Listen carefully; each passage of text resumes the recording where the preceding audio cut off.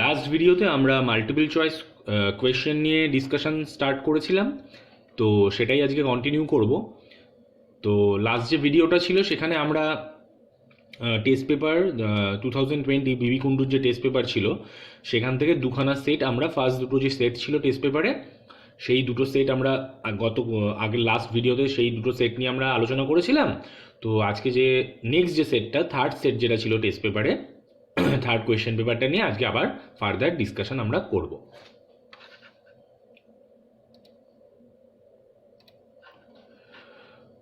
তো ফার্স্ট দুটো পেজের পরে নেক্সট যে পেজটা ছিল আমাদের, সেটা ছিল টেস্ট পেপারে পৃষ্ঠা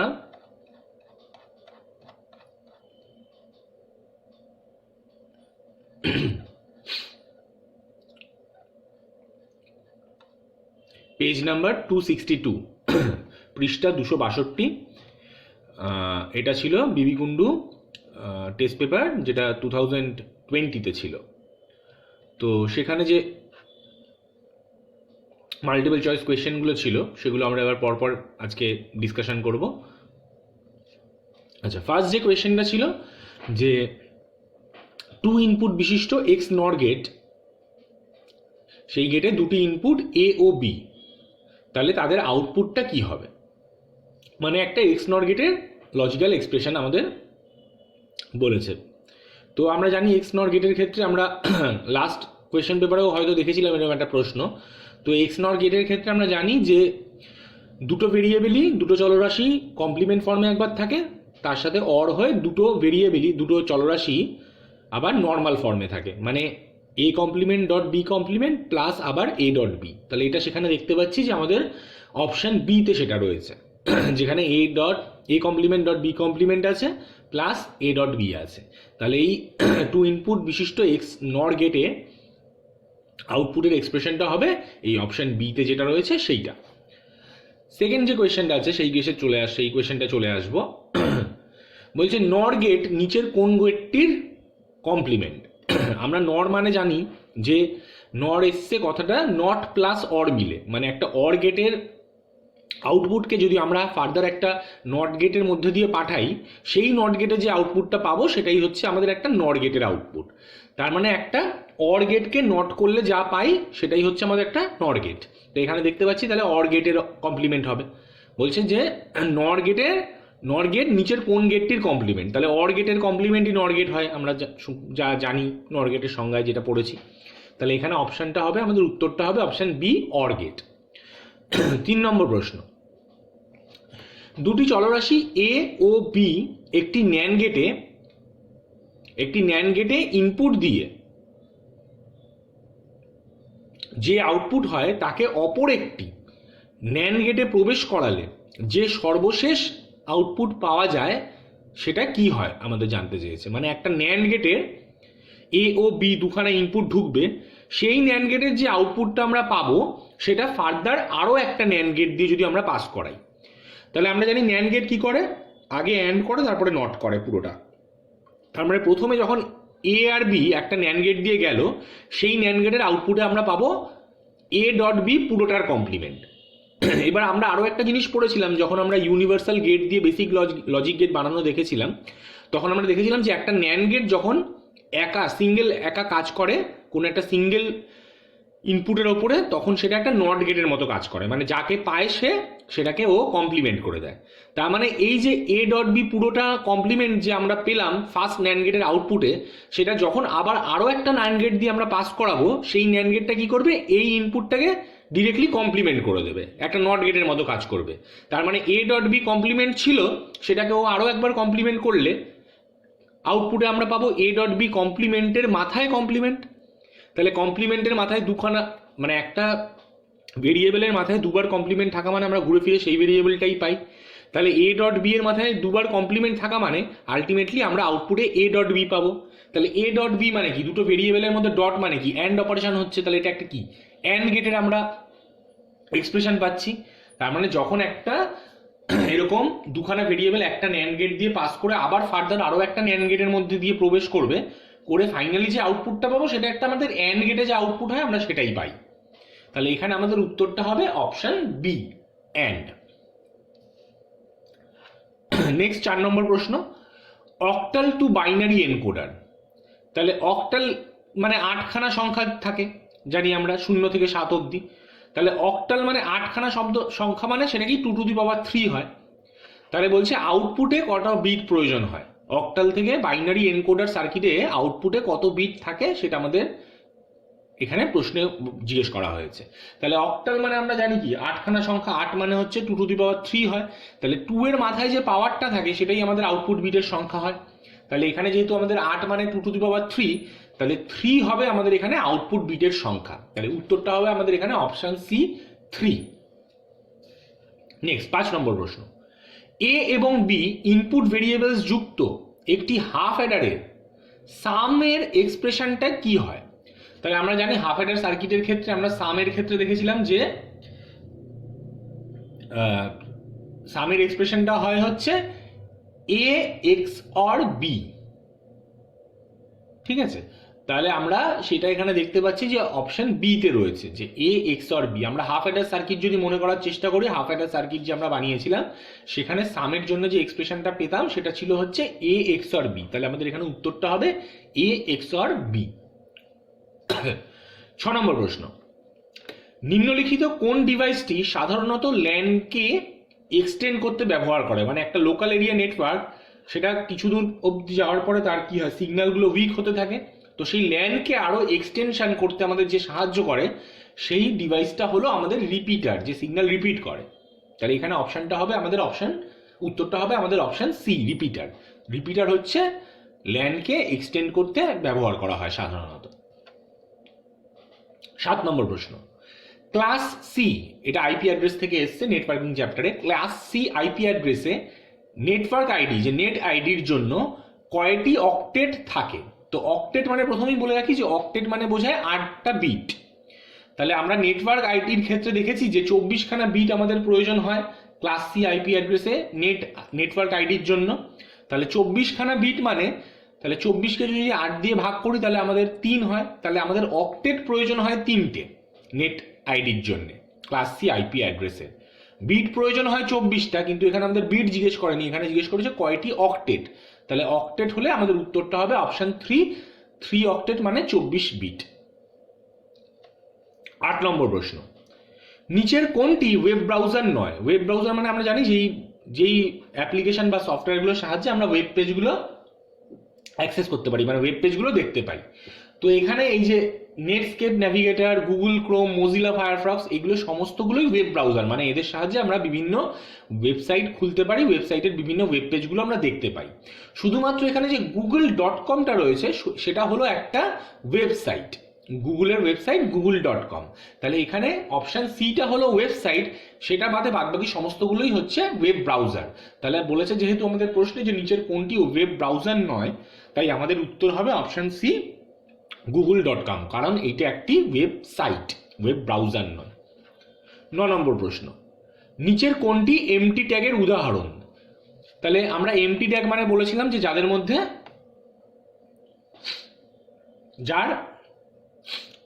যে কাউকে যেই ট্যাগগুলো জোড়ায় ব্যবহার হয় না, মানে যা ভেতরে কাউকে কন্টেন করে না। কন্টেনার ট্যাগ পড়েছিলাম যে কন্টেনার ট্যাগ কাউকে কন্টেন করবে, মানে ভেতরে কোনো কন্টেন্ট থাকবে। কিন্তু এইচআর ট্যাগের ক্ষেত্রে কি হয় যে এর কোনো ক্লোজিং ট্যাগ নেই, এ কাউকে কন্টেন করে না, মানে ওপেনিং ট্যাগ এবং ক্লোজিং ট্যাগের মধ্যে কেউ থাকে না, এরা শুধু একা সিঙ্গেল ব্যবহৃত হয়। তাই এখানে এমটি ট্যাগ হলো এইচআর ট্যাগ।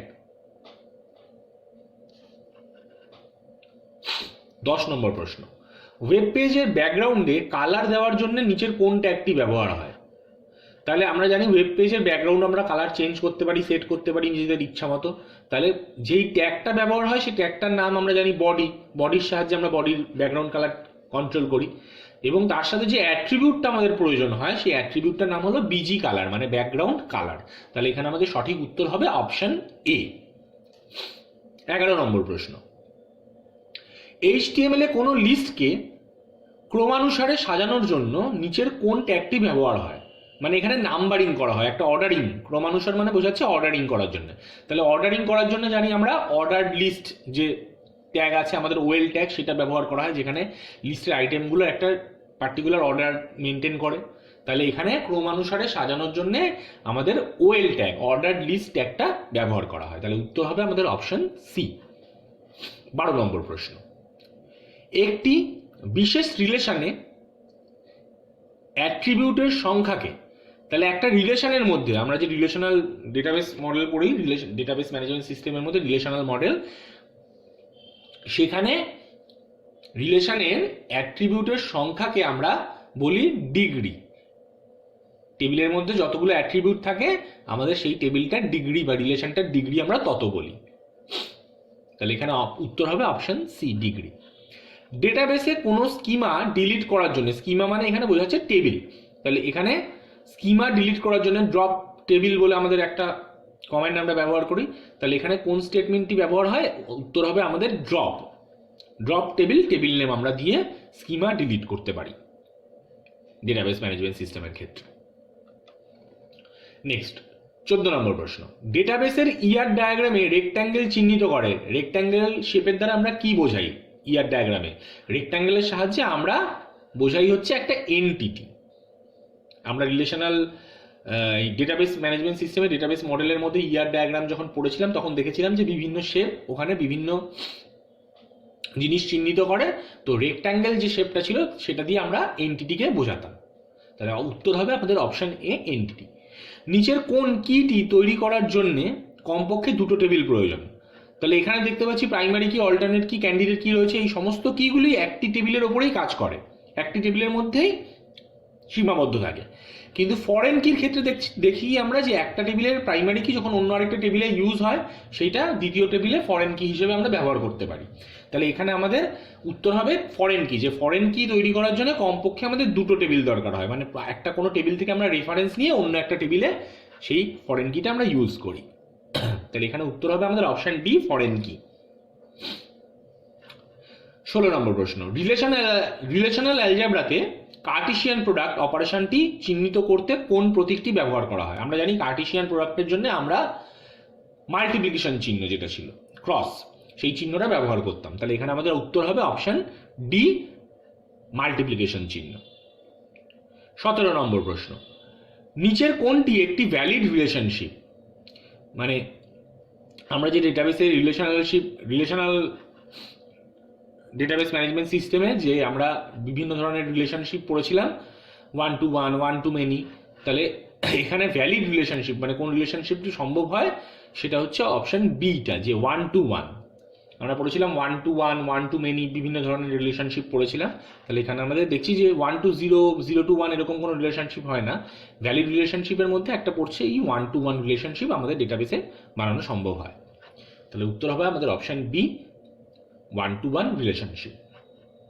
18 নম্বর প্রশ্ন, এমএস এক্সেলে ওয়ার্কশিটের ডেটাকে ডায়াগ্রামে রূপান্তরিত করাকে, মানে একটা আমাদের যে ওয়ার্কশিটের মধ্যে বিভিন্ন ডেটা নিয়ে আমরা কাজ করি সেই ডেটাগুলোকে আমরা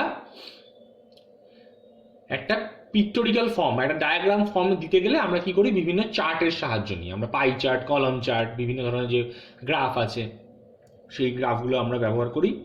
তো আমাদের এই উত্তরটা হবে যে ডায়াগ্রামে রূপান্তরিত করতে গেলে আমরা চার্টকে ব্যবহার করি। 19 নম্বর প্রশ্ন, এমএস এক্সেলে কোনটি টাইটেল বারের নিচে প্রদর্শিত হয়? মানে প্রশ্ন আকারে যদি দেখতে চাই তাহলে আমরা দেখতে পাচ্ছি এমএস এক্সেল 2007 এর ক্ষেত্রে টাইটেল বারের ঠিক নিচেই রিবনগুলো থাকে আমাদের, যে কটা রিবন ওখানে রয়েছে আমাদের। তাহলে উত্তর হবে আমাদের ঠিক টাইটেল বারের ঠিক নিচেই আমরা রিবনগুলোকে দেখতে পাই। তাহলে উত্তর হবে আমাদের অপশন ডি, রিবন। 20 নম্বর প্রশ্ন এবং 21 নম্বর প্রশ্ন আমাদের এমএস অ্যাক্সেস থেকে ছিল। তো এমএস অ্যাক্সেস যেহেতু তোমাদের সিলেবাসে এবার নেই তাই এগুলো নিয়ে আমি ফার্দার আলোচনা করলাম না। তবু এখানে উত্তরগুলো মার্ক করা আছে, সঠিক উত্তরগুলো এখানে তোমরা যদি ইচ্ছুক, মানে তোমাদের যদি এর মধ্যে ইন্টারেস্ট থাকে তাহলে এখান থেকে তোমরা উত্তরগুলো দেখতে পাবে। যে প্রশ্নে যে করা ছিল এমএস অ্যাক্সেসের সেই উত্তরগুলো এখানে মার্ক করে দেওয়া আছে। তাহলে এটা গেল আমাদের থার্ড যে সেটটা ছিল বিবি কুন্ডুর 2020 টেস্ট পেপার থেকে। নেক্সট আমরা ফোর্থ সেটটাই চলে যাব। ফোর্থ যে সেটটা, নেক্সট যে কোয়েশ্চেন পেপারটা, সেটা আমাদের 506 নম্বর পৃষ্ঠা, 506 পেজে আমাদের নেক্সট সেটটা ছিল। প্রথম যে প্রশ্নটা ছিল মাল্টিপল চয়েস কোয়েশ্চেন, যে একটি বুলিয়ান ভেরিয়েবলের মান কি হতে পারে, মানে একটা বাইনারি ভেরিয়েবল যদি আমরা ধরে নিই, তাহলে বাইনারি ভেরিয়েবল মানে বোঝায় যে বাইনারি কথাটাই এসে 2 থেকে, তাহলে দুটোই মান এখানে সম্ভব, হয় 0 হতে পারে বা 1 হতে পারে। তাহলে এখানে আমাদের বুলিয়ান ভেরিয়েবলের মান কি হতে পারে, তার উত্তর হবে অপশন এ 0 বা 1, এছাড়া আর অন্য কোনো মান সম্ভব হয় না। 2 নম্বর প্রশ্ন, একটি অর গেটের দুটি ইনপুট 0 হলে আউটপুট কি হবে? তাহলে আমাদের অর গেটের ট্রুথ টেবিল মনে করতে হবে। তাহলে অর গেটের ট্রুথ টেবিলের ক্ষেত্রে আমরা দেখেছিলাম যে যখন দুটো ইনপুট একসাথে 0 থাকে কেবলমাত্র তখনই তার আউটপুটে আমরা 0 পাই অর গেটের, বাদ বাকি সমস্ত ক্ষেত্রে আউটপুটে আমরা 1 পাই। তাহলে এখানে আমাদের উত্তর হবে অপশন এ 0। 3 নম্বর, একটি বিসিডি ডিকোডারের ইনপুট সংখ্যা কত? বিসিডি মানে এখানে বোঝাচ্ছে বাইনারি কোডেড ডেসিমাল, মানে ডেসিমাল থেকে বাইনারি যে ডিকোডার। তাহলে সেই ক্ষেত্রে আমাদের ডেসিমাল মানে 10খানা সংখ্যা হয়, তাহলে ইনপুটের সংখ্যা হবে 10টা। তাহলে এখানে আমাদের উত্তর হবে যে ডেসিমাল টু বাইনারি এনকোডারের ক্ষেত্রে যে ইনপুটের সংখ্যা হয় 10টা এবং আউটপুট বিট আমার সেই ডেসিমাল সংখ্যাগুলো প্রকাশ করার জন্য আমাদের আউটপুটের বিট সংখ্যা লাগে, প্রয়োজন হয় 4টে। তাহলে এখানে আমাদের ইনপুট সংখ্যা উত্তর হবে অপশন সি 10। সর্বোচ্চ রিলায়েবিলিটি সহ টোপোলজি হলো, তাহলে সর্বোচ্চ রিলায়েবিলিটি মানে যেখানে আমাদের সিকিউরিটি থাকে, সমস্ত কিছু থাকে, সেটা হচ্ছে আমাদের মেশ, যেখানে সবকটা নোডের সাথে সবকটা নোডের কানেকশন থাকে, যে কোনো একটা বিকল হয়ে গেলেও নেটওয়ার্কটা পুরো অচল হয়ে যায় না, বাদবাকি নোডগুলো নিজেদের মতো, ধরো দুটো নোডের মধ্যে কানেকশনে কোনো প্রবলেম হলো, তাহলে পুরো নেটওয়ার্কটা বিকল হয়ে যায় না, বাদবাকি সমস্ত নোডগুলো কিন্তু কাজ করতে পারে। আর এছাড়াও যেহেতু নোড টু নোড কানেকশন থাকে, পয়েন্ট টু পয়েন্ট কানেকশন হয় দুটো নোডের মধ্যে, তাই এটা খুব সিকিউর যে একজনের ডেটা আরেকজনকে পাঠানোর সময় তৃতীয় কোনো ব্যক্তি দেখতে পায় না। তো সেই জন্য এখানে রিলায়েবল হচ্ছে টোপোলজি হচ্ছে মেশ টোপোলজি। 5 নম্বর, একটি আনগাইডেড মিডিয়া, তাহলে এখানে আমরা দেখেছিলাম যে মিডিয়ার ক্ষেত্রে 2 ধরনের মিডিয়া হয়, গাইডেড মিডিয়া, আনগাইডেড মিডিয়া। তাহলে এখানে গাইডেড বাদবাকি যেগুলো রয়েছে অপশন এ, বি এবং সি, এই সমস্তগুলোই হচ্ছে গাইডেড মিডিয়া, শুধুমাত্র আনগাইডেড মিডিয়া এখানে হচ্ছে মাইক্রোওয়েভ। তাহলে উত্তর হবে আমাদের অপশন ডি। 6 নম্বর প্রশ্ন, আইপি অ্যাড্রেসে বিট সংখ্যা কত হয়? তাহলে একটা আইপি অ্যাড্রেসের বিট সংখ্যা আমরা দেখেছিলাম যে 32 হয়, 4 অক্টেট, 4 অক্টেট। তাহলে উত্তর হবে আমাদের এখানে অপশন সি 32 বিট। 7 নম্বর প্রশ্ন, কোন স্তরটি সাবনেটের মধ্যে উচ্চতম স্তর? তাহলে যে বিভিন্ন লেয়ার থাকে, সেই লেয়ারের মধ্যে আমরা দেখেছিলাম যে একদম প্রথমে থাকে application layer, application layer, presentation layer, এরকম ভাবে বিভিন্ন লেয়ার ছিল। তাহলে একদম উচ্চতম মানে সবচেয়ে ওপরে যে স্তরটা থাকে সেটা হচ্ছে আমাদের অ্যাপ্লিকেশন লেয়ার।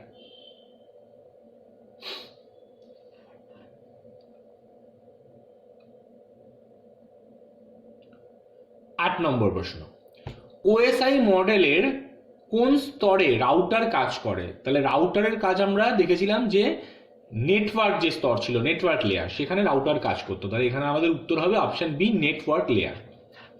9 নম্বর, ট্রান্সপোর্ট লেয়ারের প্রোটোকল, তাহলে এখানে দেখতে পাচ্ছি যে ফাইল ট্রান্সফার প্রোটোকল রয়েছে অপশন এ তে, এবং বি তে রয়েছে ট্রান্সমিশন কন্ট্রোল প্রোটোকল। তাহলে আর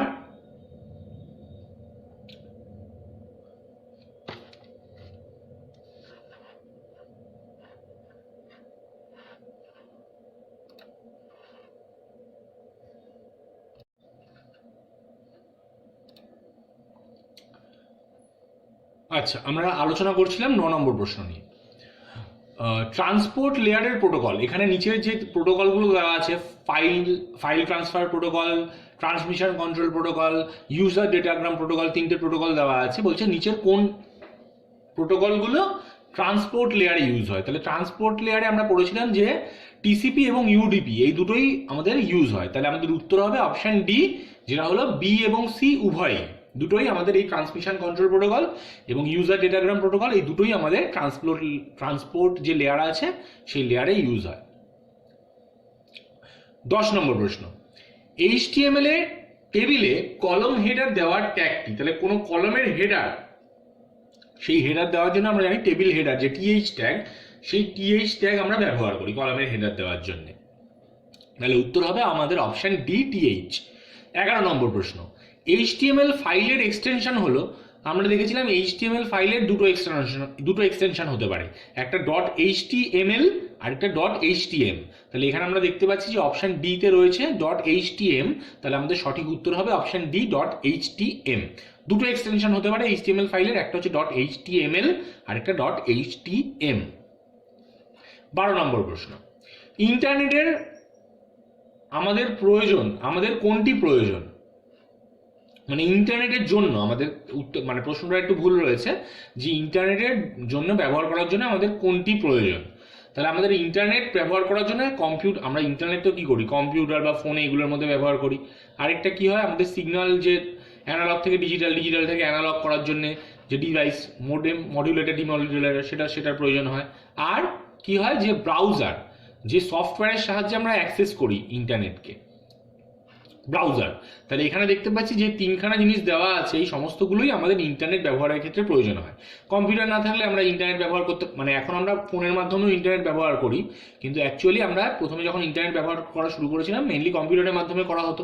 তাহলে কম্পিউটার আমাদের প্রয়োজন হয় অ্যানালগ সিগন্যালকে ডিজিটালে, ডিজিটাল থেকে অ্যানালগ সিগন্যালে রূপান্তরিত করার জন্য আমাদের মডার্ন ডিভাইসটা মানে প্রয়োজন হতো, মডিউলেটর, ডিমডিউলেটর। আর ব্রাউজার ছাড়া তো, সফটওয়্যার ছাড়া তো আমরা ইন্টারনেটগুলো অ্যাক্সেসই করতে পারতাম না, ইন্টারনেট পেজগুলো ওপেনই করতে পারতাম না। তাই এখানে আমাদের উত্তর হবে যে নিচে সবকটি আমাদের ইন্টারনেটের জন্য প্রয়োজন হয়।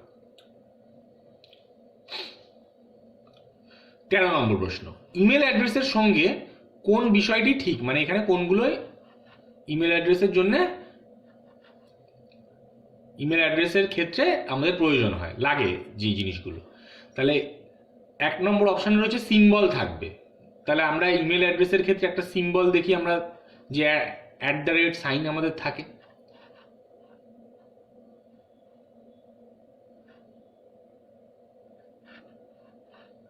আচ্ছা, এখানে প্রশ্নটা একটু, যেহেতু পরের যে বি অপশনটা যেটা রয়েছে, যে কোনো স্পেস থাকবে না, তার মানে এখানে বলতে চেয়েছিল অ্যাকচুয়ালি যে ইমেল অ্যাড্রেসের ক্ষেত্রে যখন আমরা পাসওয়ার্ড দিই, মানে দুটোই আমাদের ইউজার নেম এবং পাসওয়ার্ড দুটোই এখানে আমাদের কভার করতে হচ্ছে, যে ইমেল অ্যাড্রেসের ক্ষেত্রে কোন কোন বিষয়গুলো আমাদের খেয়াল রাখতে হয়। তাহলে ইমেল অ্যাড্রেসের ক্ষেত্রে আমরা কি করি, দেখছি ইমেল অ্যাড্রেসের ক্ষেত্রে আমাদের যখন ইউজার নেমটা থাকে, আমাদের যে ইমেল অ্যাড্রেসটা, সেটার ক্ষেত্রে আমরা @ সাইন থাকে একটা মাঝখানে, যে আমরা একটা কিছু নেম সিলেক্ট করি, সেটা আবার @ পরে আরো একটা অপশন আমাদের, তারপরে একটা পার্ট থাকে, দুটো পার্ট থাকে। তো আমরা এই @ সিম্বলটা যেহেতু ব্যবহার করি, তাহলে সেখানে সিম্বল থাকে। পাসওয়ার্ড যে দিই আমরা, সেই পাসওয়ার্ডের মধ্যে এবং ইউজার নেমের মধ্যে, দুটোর মধ্যেই কোনো স্পেস থাকতে পারে না। তাহলে সেই স্পেসগুলো আমাদের খেয়াল রাখতে হয়, যে আমরা ওখানে কোনো স্পেস দিতে পারি না। আর কি হয়, যে অ্যাড্রেসটি আমাদের কেস সেন্সিটিভ হয়, মানে স্মল লেটার এবং ক্যাপিটাল লেটার এই দুটো ম্যাটার করে, যে কোথায় আমরা কি ইউজ করছি। তাহলে আমাদের এখানে সবকটি বিষয় আমাদের খেয়াল রাখতে হয় ইমেল অ্যাড্রেসের ক্ষেত্রে, যে সেখানে সিম্বল থাকতে হয়, থাকে, প্লাস কোনো স্পেস আমরা দিতে পারি না। অ্যাড্রেসের ক্ষেত্রে এই অ্যাড্রেসটা না, এখানে অপশন সিটা হতো যে পাসওয়ার্ডের ক্ষেত্রে, পাসওয়ার্ডগুলো কেস সেন্সিটিভ হয়। অ্যাড্রেসের ক্ষেত্রে আজকাল আমরা যদি আমরা ক্যাপিটাল লেটার, স্মল লেটার দিই, সেখানে অ্যাড্রেস কিন্তু আমাদের নিয়ে নেয়। তাহলে এখানে এই সি অপশনটা অ্যাকচুয়ালি হওয়া উচিত ছিল, যে পাসওয়ার্ডগুলো কেস সেন্সিটিভ হয়, মানে যেই লেটার আমরা কেস ইউজ করেছি, ক্যাপিটাল লেটার বা স্মল লেটার, সেটা আমাদের যখন পাসওয়ার্ডটা আমরা ফার্দার পুট করি অ্যাকাউন্ট অ্যাক্সেস করার সময়, সেগুলো আমাদের ওই কেস মেনেই করতে হয়। মানে স্মল লেটার দিয়ে থাকলে আমাদের স্মল লেটারই দিতে হবে, ক্যাপিটাল লেটার ইউজ করে থাকলে ক্যাপিটাল লেটারই দিতে হবে। তাহলে এই জিনিসগুলো আমাদের সবকটা জিনিসই আমাদের খেয়াল করতে হয়, সবকটা বিষয়ই এখানে সঠিক রয়েছে ইমেল অ্যাড্রেস সংক্রান্ত। 14 নম্বর প্রশ্ন, ইন্টারনেট এক্সপ্লোরার এটা কি ধরনের সফটওয়্যার? তাহলে ইন্টারনেট এক্সপ্লোরারটা হচ্ছে একটা ব্রাউজার, মানে এর সাহায্যে আমরা ওয়েব পেজগুলোকে ব্রাউজ করতে পারি, ওয়েব পেজগুলোকে আমরা খুলতে পারি, পড়তে পারি। তাহলে ইন্টারনেট এক্সপ্লোরার হলো আমাদের একটা ব্রাউজার সফটওয়্যার। 15 নম্বর প্রশ্ন, RDBMS মানে রিলেশনাল ডেটাবেস ম্যানেজমেন্ট সিস্টেম। তাহলে বলছে RDBMS হলো এখানে বি অপশনটা, রিলেশনাল যে অপশনটা, মানে রিলেশনাল ডেটাবেস ম্যানেজমেন্ট সিস্টেম হলো RDBMS এর ফুল ফর্ম। তাহলে এখানে আমাদের উত্তর হবে অপশন বি, রিলেশনাল। একটু প্রশ্নগুলোর এটার কি একটু কিরকম রয়েছে, মানে ইনকমপ্লিট প্রশ্ন রয়েছে একটু। তাহলে এইটা আমাদের এই আরডিবিএমএস, মানে এখানে অন্যান্য যেগুলো আমরা দেখতে পাচ্ছি যে এখানে উত্তর হওয়া উচিত, মানে প্রশ্নটা হওয়া উচিত ছিল যে আরডিবিএমএস এ আরটি কি চিহ্নিত করে, মানে আর মানে কি বোঝায়, এটা কমপ্লিট প্রশ্নটা হওয়া উচিত ছিল। তো এখানে শুধু আরডিবিএমএস এ হলো বলে এরকম প্রশ্ন হয়েছে, তাহলে প্রশ্নটা একটু একটু উল্টোপাল্টা ভাবে রয়েছে। তাহলে আমাদের বুঝে নিতে হবে যে এখানে আরডিবিএমএস এ মানে জিজ্ঞেস বলতে চেয়েছে যে আরটা কি বোঝায়। এখানে আর মানে বোঝায় রিলেশনাল, ফুল ফর্মটা হলো রিলেশনাল ডেটাবেস ম্যানেজমেন্ট সিস্টেম। 16 নম্বর প্রশ্ন, নিচের কোনটি ডেটা মডেল নয়? তাহলে ডেটাবেস মডেলে আমরা বিভিন্ন ধরনের মডেল পড়েছিলাম, ইয়ার মডেল, রিলেশনাল মডেল। তাহলে এখানে দেখতে পাচ্ছি যে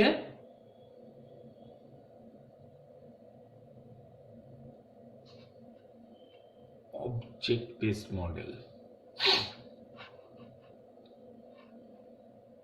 এখানে প্রশ্নটা হওয়া উচিত ছিল নিচের কোনটি ডেটা মডেল, মানে আমাদের সিলেবাসে আমরা পড়েছি, আমাদের যে সিলেবাসে আছে আমরা পড়েছি ইয়ার মডেল পড়েছি, রিলেশনাল মডেল পড়েছি, হায়ারার্কিক্যাল মডেল পড়েছি, এছাড়া নেটওয়ার্ক মডেল পড়েছি। এই অবজেক্ট বেস কথাটা আমরা জানি না, অবজেক্ট বেস মডেল যে হয়, তাহলে আমাদের সিলেবাসের বাইরে এই প্রশ্নটা রয়েছে। কিন্তু এখানে নিচের সবকটি ডেটাবেস মডেল, এই অবজেক্ট বেস মডেলটা আমাদের সিলেবাসে নেই। আমরা পড়েছি ER model, relational model, hierarchical model আর নেটওয়ার্ক মডেল। কিন্তু এইখানে যেহেতু বলেছে নিচের কোনটি ডেটা মডেল, এখানে সবগুলোই ডেটা মডেল, তাহলে উত্তর হবে আমাদের অপশন ডি সবকটি। 17 নম্বর প্রশ্ন, রিলেশনশিপ সাধারণত, আচ্ছা রিলেশনশিপ 3 ধরনের হয়, তাহলে এখানে 1 to 1, 1 to many, এই 3, আর হচ্ছে many to many। তাহলে এখানে আমাদের উত্তর হবে রিলেশনশিপ সাধারণত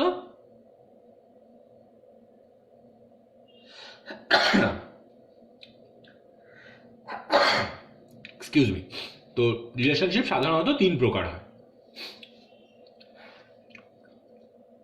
18 নম্বর প্রশ্ন, রো এর ম্যাথমেটিক্যাল টার্ম, মানে রিলেশনাল অ্যালজেব্রার ক্ষেত্রে আমরা রো কে বা রিলেশনাল এই ডিবিএমএস সিস্টেমের মধ্যে রিলেশনাল মডেলের ক্ষেত্রে, রিলেশনাল ডেটাবেস সিস্টেমের ক্ষেত্রে আমরা রো কে সাধারণত টাপল বলে থাকি।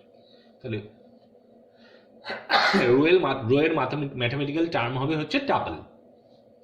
19 নম্বর প্রশ্ন, জয়েন অপারেটরটি চিহ্ন হলো, তাহলে রিলেশনাল অ্যালজেব্রার ক্ষেত্রে আমরা জয়েন যে অপারেটর সেটার জন্য আমরা